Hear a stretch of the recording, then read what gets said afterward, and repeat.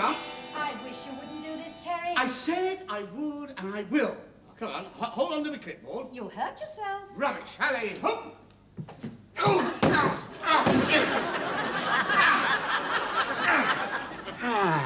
I told you I was too heavy. Light as a feather. Well, now you've carried me over the threshold. Could you put me down, please? Yeah. Well, if I lean here, could you get yourself down? We've got a whole weekend of work ahead of us, and you're exhausted already. I feel terrific. Never felt better. My promotion and this new house has made me a new man. What a shame. I was rather fond of the old one. Hand me the clipboard and let's see if we're keeping the schedule. Well, I don't see how we can be. The traffic was frightful. It was nothing to do with the traffic. I think we both know why we're late, don't we? Do we? 3:30, rendezvous with June outside office. What time did you actually show up? There was a diversion. Sorry, what time?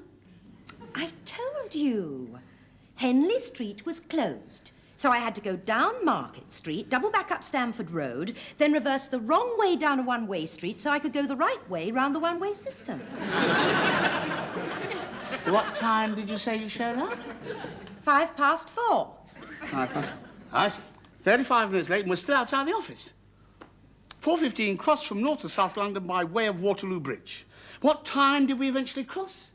6:05. But it wasn't Waterloo Bridge. Was it? Well, I didn't actually notice. Well, you should have done. You were navigating. Yes. Well, I may have departed slightly from the original route. We passed St. Paul's. Yes? Twice. I was trying to find a shortcut to make up for the lost time. It was very interesting going through that underground car park. Well, I mean, that was your fault. That was your fault. Oh, yes, I told you. You mistook my directions. Oh. Yes, when I said turn right, I meant turn, right? Oh, look, anyway, we're here, so let's forget about it. No. 4:45, arrive at number 26 Elm Tree Avenue, Purley. What time did we get here? 5 to 7. The whole thing is a mockery, isn't it? We should have had the first roll of wallpaper up by now. If it's the same next week when we do the move, we shan't be in till the year 2000. I tell you what, when we do the move, you drive and I'll navigate. When we do the move, let's stay out of it altogether. There's a marvellous new firm that did Malcolm's move for him. He and his wife toddled off for a restful weekend at a hotel somewhere, and when they arrived at their new house, everything was in apple pie order. I'm sorry, darling, no. A specialist firm like that would be far too expensive. Well, it'd be worth it. They give you packing cases to pack all your valuables in, and so you couldn't break them if you tried. And then it's up to them. To try and break them. To try and break them. No. Oh, look, June, listen. Terry, are you quite sure this house is ours? Of course, I finalised the sale yesterday. Well, why is the for sale board still up? Sure, free advertising for the estate agents, cheeky beggars. Don't worry, I'll have that out in a jiffy. Oh, dear. Come on, shift, damn you. Oh. Getting to be an awfully long jiffy, darling. Why don't you phone the estate agents in the morning? Let them shift it. I am perfectly capable of shifting something so simple as a so-and-so signpost. Haven't had much success so far. Only because you keep rabbiting on at me. Only because I'm worried about your back. I'm not made of cut glass. First you think I can't carry you over the threshold, and now this. Look at that. Look at that. Oh, I'm not doubting your strength, darling. I should think not. Who won the Johnny Weissmann look-alike competition on our honeymoon? No, you came third. Second equal. Come. It's just that I hate to see you wasting your energy. All right, come on, I'll show you. Right. Now then, put the camp beds in my arm, will you? Yeah. Put them on top. Hang on. We're behind schedule, so it'll save time if we unload in one go. Right. One. Come on. Up. 2. Now, where's the big box? Come on. Put it on You top. don't have to prove anything to me, you know, Terry. Maybe heavy for you, but I can manage. Come on, that's it. On we go. All right. Got it. Okay. Now, where's the small box of wallpaper? Oh, darling, you've got quite enough as it is. You won't be able to move with that lot. Dance a polka, little old move. Now, I'm right behind you. Are you? Well, I will be when you get in front. Are you all right? Yes, of course, now go on. If you say so.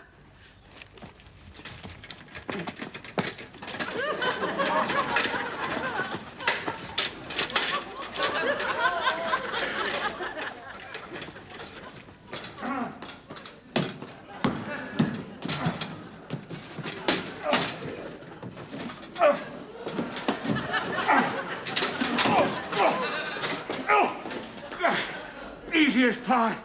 Jude! Where do you want me, sir? Anywhere for the moment. Terry! No! All right, Tarzan, you've proved your point. Me go now. Me go get ladders. Me have sent a mighty herd of elephants. Oh, crumbs. Good evening. I've been driving around this district for some time now looking for some suitable property. I see. Yes, it's for me, my wife, 2 daughters, a great aunt, my mother-in-law, and 2 nieces.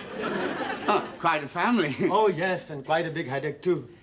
1 man against 7 females is the worst possible odds. Tell me, how many bedrooms do you have in this premises? 3 bedrooms. And downstairs? Well, there's the hall, 2 lounge, and kitchen. Oh, what a shame.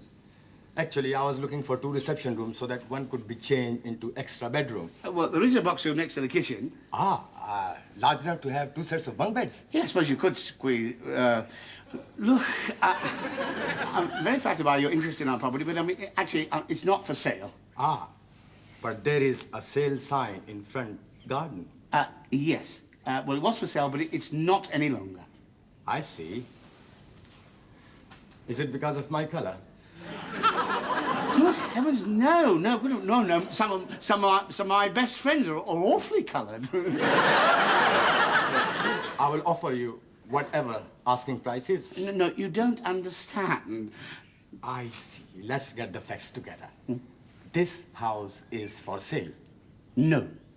But there is a sign outside. Yeah, well, that sign has got nothing to do with us. This house does belong to you. That's right. Aha! Then some trickster has stuck up that sign outside your house. Are you so unpopular with your neighbors? I haven't even met the neighbours.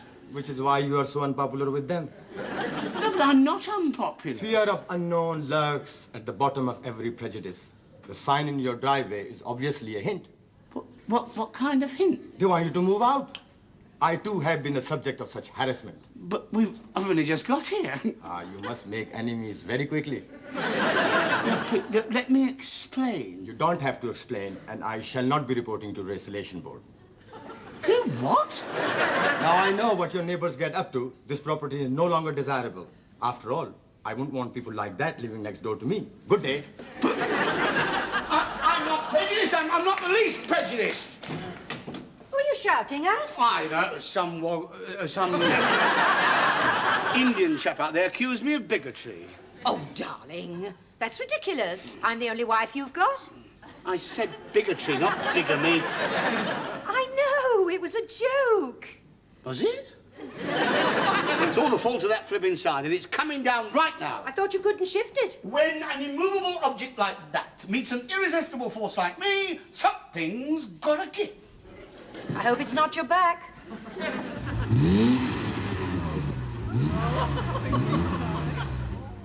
Come on, get out of it.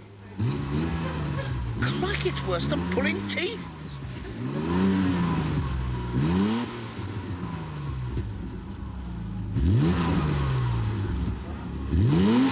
Leave it where it is, Terry. Nearly there, just a bit more throttle.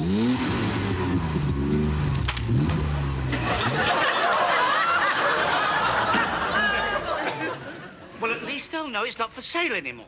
Smashing, darling.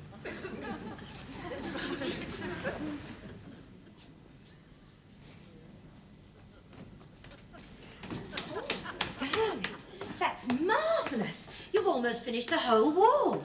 I'm not doing nearly so well in the bedroom. Well, it's this new self-stripping vinyl stuff that makes for fast work. Oh, self-stripping? Yeah, it has this special property that makes it easy to strip off when you want to redecorate, you know. If you get fed up with the pattern you want to change, you just pick away at the corner like this, and give it a pull, and it's expensive, but it's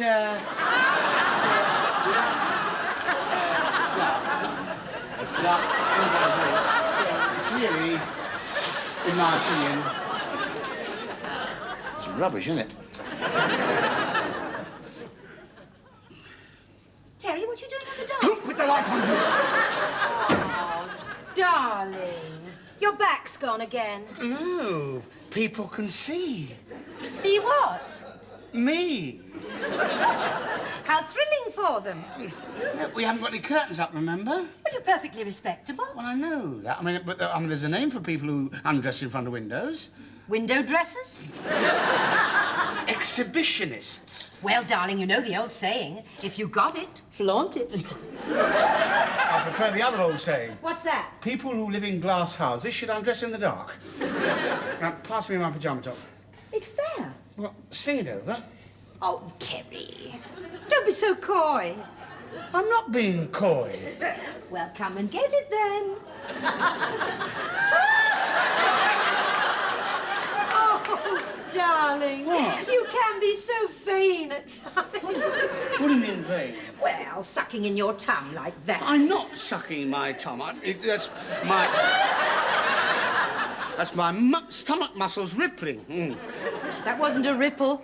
More of a tidal wave. Do you think you could zip me up now, please? You are? Zip me up. Do you remember I've got the sleeping bag with the stiff zipper? Oh, all right then. Now, what time shall I set the alarm? Better make it 5. 5? Oh, don't shout, June. I mean, we're behind schedule. Somebody's got to be sacrificed. 5 o'clock in the morning? We don't want to sacrifice our sleep. If you don't get your 8 hours, you know how bad-tempered you get. Bad temper? What do you mean, bad temper? You know exactly what I mean. You become scratchy, grumpy, and snappy. You make me sound like the hollow version of the Seven Dwarfs. All rolled into one. All right, 5 o'clock. There you are, then. You can ring in your ear. Good night, darling. Good night. That's comfy. Oh!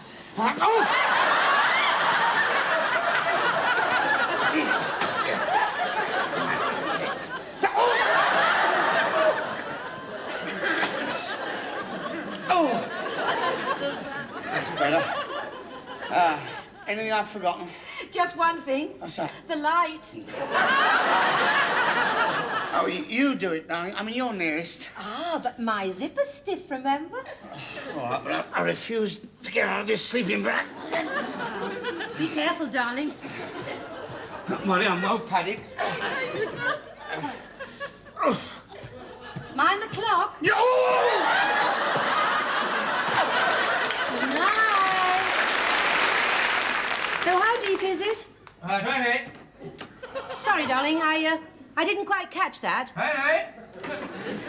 Now, I'm sorry, I still didn't get it. 23. Oh. Inches or centimetres? Inches. Darling.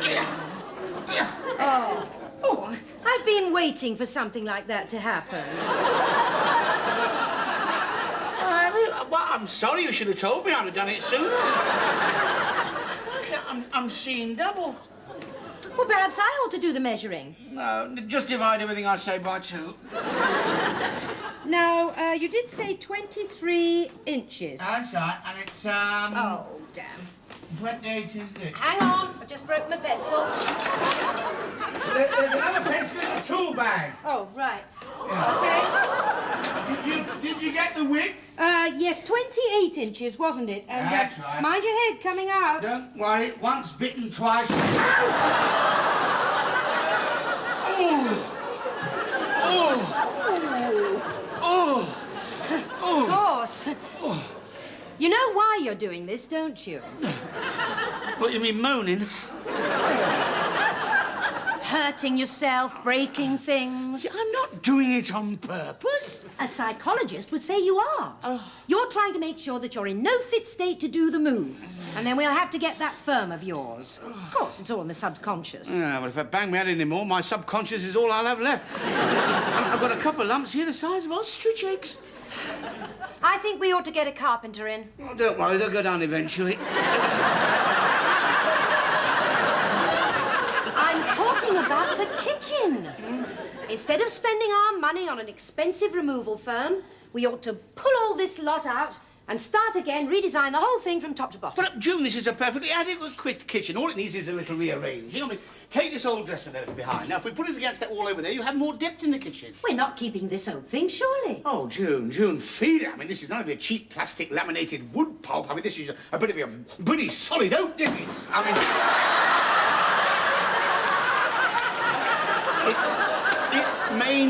it may need the odd new hinge here and there. Well, I don't want it in my kitchen, thank you. Oh, but June, when this was made, it was British craftsmanship at its best. Ah, I mean, this is part of our history. Well, so is the Blitz, but I don't want that in the kitchen either. Oh, look, there's another door. That's funny. The agents didn't mention that in the particulars. It's locked. Well, they certainly didn't give us a key. Are you sure it's locked? Well, it must be. Otherwise, there's somebody on the other side hanging onto the handle. Pardon my butting in, I'm from next door. Oh, hello.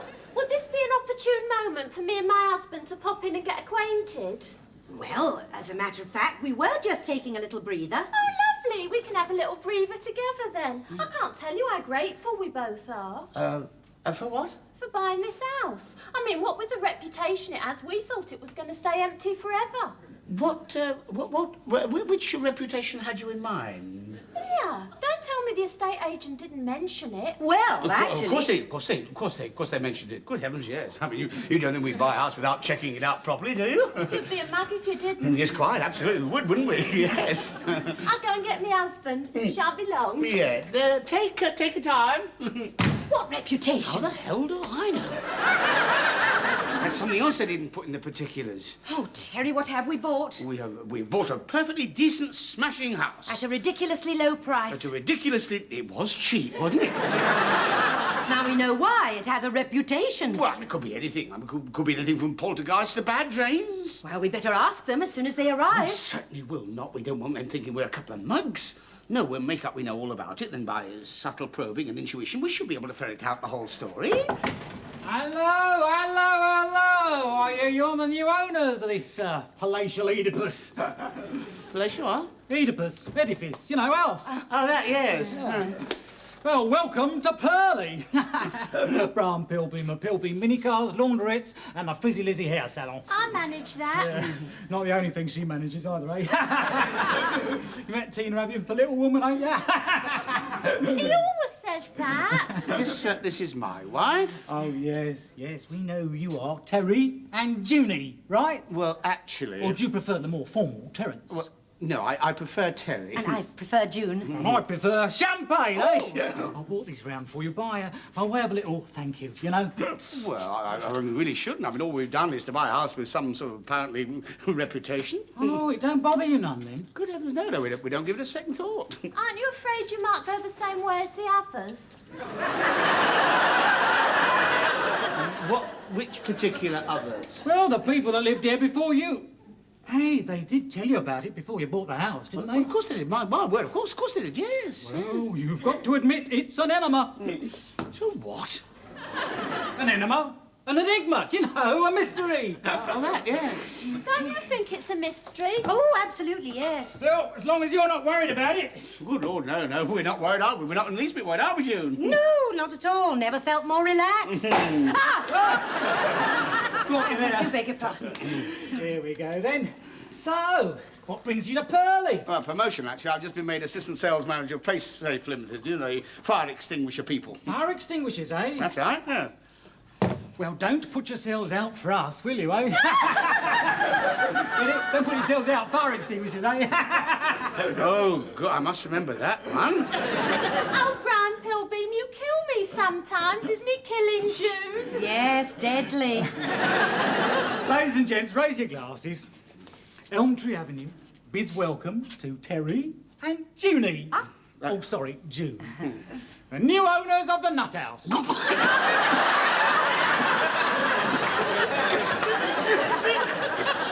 You all right? What did you call it?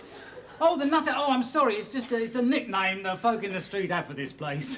The Nut House? No offence, Terry. None taken, Brian. But why the hell do they call it that? Because of its reputation. You're quite sure they did tell you about it? So, of course they did. I kept telling you, don't I? The original owner, he was called the Mad Major. Yeah, he never wore nothing but a uniform round the house. Well, I wouldn't call that strange, would you, Terry? It was a Girl Guides uniform. I'd say that was strange, yes. Then there was old Looney Len and his wife. Oh, yeah, they must have told you about him. Oh, yeah, yes, they told us about Looney Len, didn't they, June? You know, he was the one... What now? Was he the one who, or was that the one before? No, you're thinking of the other one. Oh. No, Looney Len was the one who... He was the one that took all his clothes off in the frozen food section at Tesco's. Tried to pass himself off as a frozen chicken. And then, when he couldn't get anyone to buy him, he climbed into a wire trolley and freewheeled down the high street shouting, "Home rule for the Canary Islands."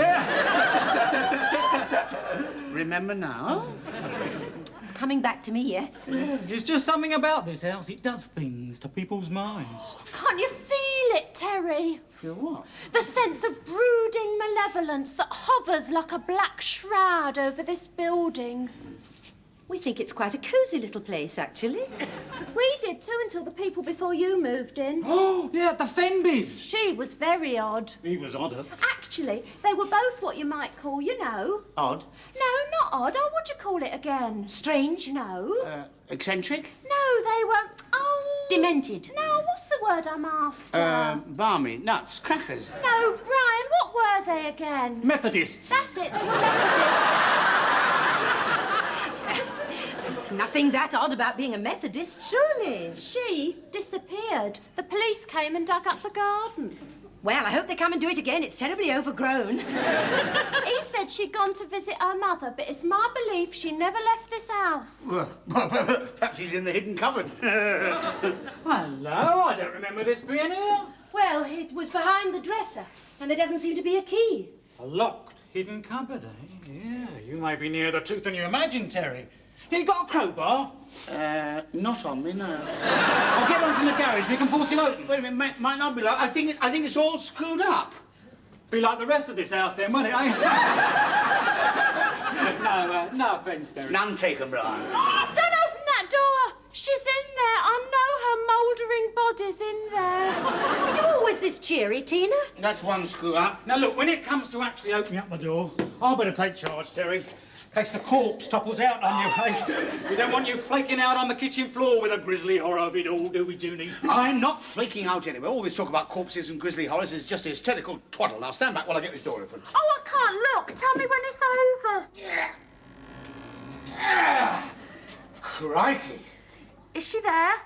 No, but at least we know how he got rid of the body. How? He sent her round the bend.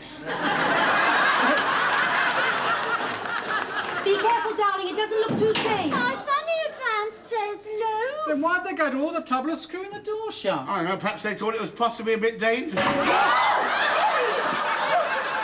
I told you he'd flake out, Junie. Oh, shut up, Bryony. Oh, look, thank you for your attention, but really, I'm fine. The doctor will be here with your x-rays shortly. Then and only then will you know how you feel. The patient is never the best judge in head cases. What do you mean? I'm not a head case. How dare you? Nurse! In here, doctor. Oh, crikey. Dr. Livingston, I presume. The man with the house for sale, which is not for sale. Did they do this to you? Who? Your neighbors? Well, they were there when it happened. Ah, well, pattern is always the same. Once you ignore their warnings, they turn to violence. No, you got it wrong again. You see, actually, I was hit on the head by an old lavatory fitting. You don't have to tell me, my friend. They have thrown old lavatories at me, too. Metaphorically speaking. Well, your x-ray shows nothing definite. Tell me, what have you been doing with your head in the past? Well, not a lot. I've left it to fend for itself on the whole. Mind you, I have been banging it a lot this weekend. Ah, well, in frustration and rage. I can understand. Well, you could call for your clothes and walk out from here if you like, but I'll advise you to stay in hospital for a week under observation. Oh, I can't do that. We're moving house next weekend. If I wasn't there, my wife... You really think I should stay here, do you? Well, why don't you discuss it with your wife? Nurse, will you please fetch her? Yes, doctor. If I did have a mild concussion, what would the symptoms be? Well, giddy spells, difficulty focusing, headaches, lapses of memories. Have you had any of these symptoms? Not yet, no. Darling, how are you? I shall be outside in case you need me. Thank you, Doctor. Terry? Oh, don't get too close, please. I have difficulty in focusing. Sorry, darling. Could you speak up a bit? I've got this funny buzzing in my ears. What does the doctor say? Not too loud. Headaches, you know. Terry. Is it really serious? No, of course it isn't. I wouldn't be lying down here now if I didn't fall down every time I stood up. They want me to stay in for another week. Well, I couldn't possibly let you do that move on your own. Oh, dismiss that from your mind, Terry. We'll do as you suggested. I'll phone that firm Malcolm recommended first thing tomorrow. No, you're quite right. No, it's unnecessary expense. Besides, it might be... what was I saying? We're talking about the move. Was I can't remember. Oh, Terry. Oh, so don't worry. Momentary lapses like that are quite common in the early stages of mild concussion. I think I better have a word with the doctor. Don't worry, darling. I'll be right back. Oh, don't hurry. I'm not going anywhere. Doctor, I really think my husband should be kept in a few more days. Well, under the circumstances, I quite agree with you. There she is. Hey, Junie! Righty, what do they want? This is Mr. and Mrs. Pilbeam, our next-door neighbours. Are you the person responsible for his condition? Well, indirectly, I suppose we did have something to do with it. And what is this bottle of champagne for? To break over his head as well? Now, we've come to visit him, not to launch him, mate. Is there a chance of getting him transferred near a home? I don't think it is possible. Oh, dear. I may not be able to visit him as often as I'd like. Oh, don't worry, June. We'll look after him. That's right, yeah. Tina can come when I'm working, and then we can both drop by in the evening. Oh, twice a day. Oh, my God. June. Hello, Terry. Who's the wounded little soldier then? What have you come as, eh? Sabu the elephant boy, eh? June, could I have a word with you, please? Yes, darling, of course.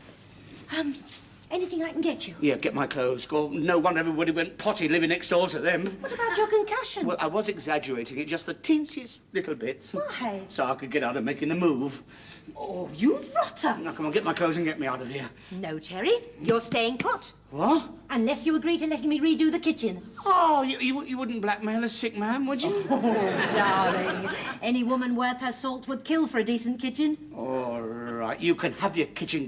Get me away from those Pilbeams. But don't forget, from next week, they're going to be our next-door neighbours for keeps. Cracky, what have we let ourselves in for?